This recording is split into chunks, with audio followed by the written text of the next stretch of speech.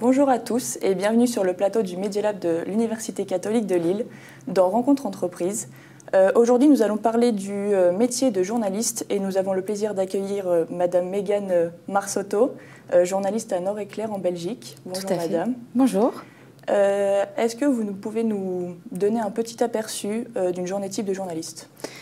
Alors on peut dire qu'il n'y a pas vraiment de journée type dans le sens où l'actualité préside toujours aux décisions, mais de façon générale, on va arriver au travail, on va se rassembler pour déterminer, parce que je suis en presse écrite, ce qu'on va mettre dans nos pages, sachant que jusqu'à la dernière minute, ce contenu peut être amendé selon ce qui va se passer, qui justifierait qu'on déplace des choses. Donc c'est toujours en mouvement, c'est toujours...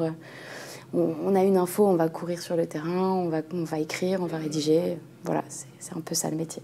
D'accord. Et pour être journaliste, quelle formation avez-vous suivi ? Alors moi, j'ai été étudiante à l'Université catholique de Lille, j'ai fait le master journalisme.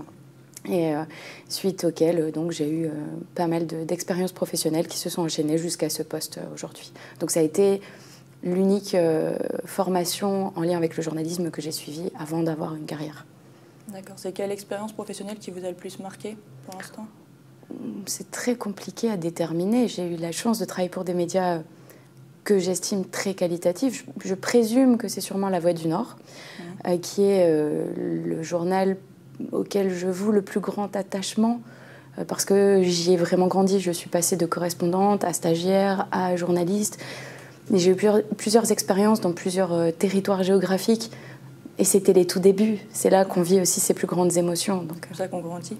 Voilà. Est-ce que vous pensez qu'il y a des qualités requises pour être un bon journaliste ?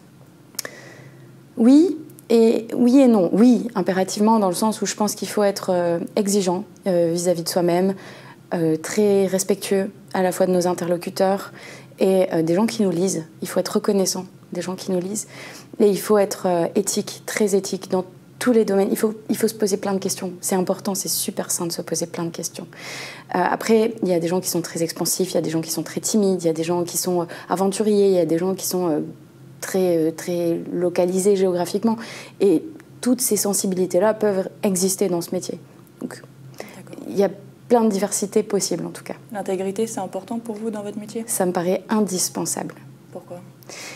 Parce qu'on a une très grosse responsabilité. On transmet à des gens, alors parmi plein d'autres, mais on transmet à des gens des informations. Donc l'idée, c'est déjà qu'elles soient justes. Et être juste, c'est être vrai, mais aussi être pertinent, être respectueux. Et il faut se dire que quand on rentre chez soi, on doit vraiment être fier de soi et de ce qu'on a accompli. Et il ne faut pas accepter de transiger sur ça. Jamais. De mon point de vue. Là, actuellement, vous êtes en Belgique. Est-ce que vous envisagez de changer de secteur ? Géographique ou professionnel ? Géographique. Et professionnel, si vous Alors, professionnel, non. J'aimerais faire ça toute ma vie si j'en ai la possibilité.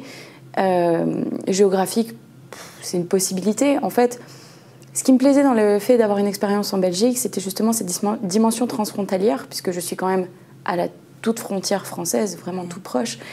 Et donc, ça me permet de connaître un peu le millefeuille administratif belge. C'est quelque chose. De connaître quelques particularismes du point de vue de la langue, du point de vue de la gouvernance, aussi les modes de fonctionnement, parce que les Belges ne vont pas forcément s'adresser les uns aux autres de la même manière ou collaborer de la même façon. Donc, c'est, je pense, riche dans une carrière d'avoir ce regard un peu plus transversal et donc d'être capable de franchir une frontière, surtout quand elle est aussi proche que celle-là. Ok. Et est-ce que vous auriez un conseil à donner aux étudiants en journalisme ? N'écoutez que vous-même dans vos aspirations professionnelles et ne cessez d'écouter les autres dans les conseils qu'on vous donne pour vous améliorer. C'est-à-dire qu'il faut... Si je suis un jeune qui rêve de partir sur un terrain d'opération super difficile, je sais que ma mère, ma grand-mère et tous mes proches ne vont pas vouloir que j'y aille. Mais si c'est ce que je veux vraiment, il faut que je m'écoute.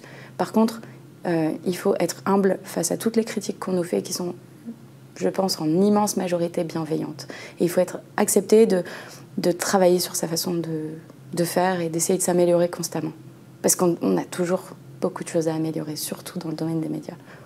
D'accord. Merci d'avoir participé à notre émission et à bientôt sur les ondes de Media Lab.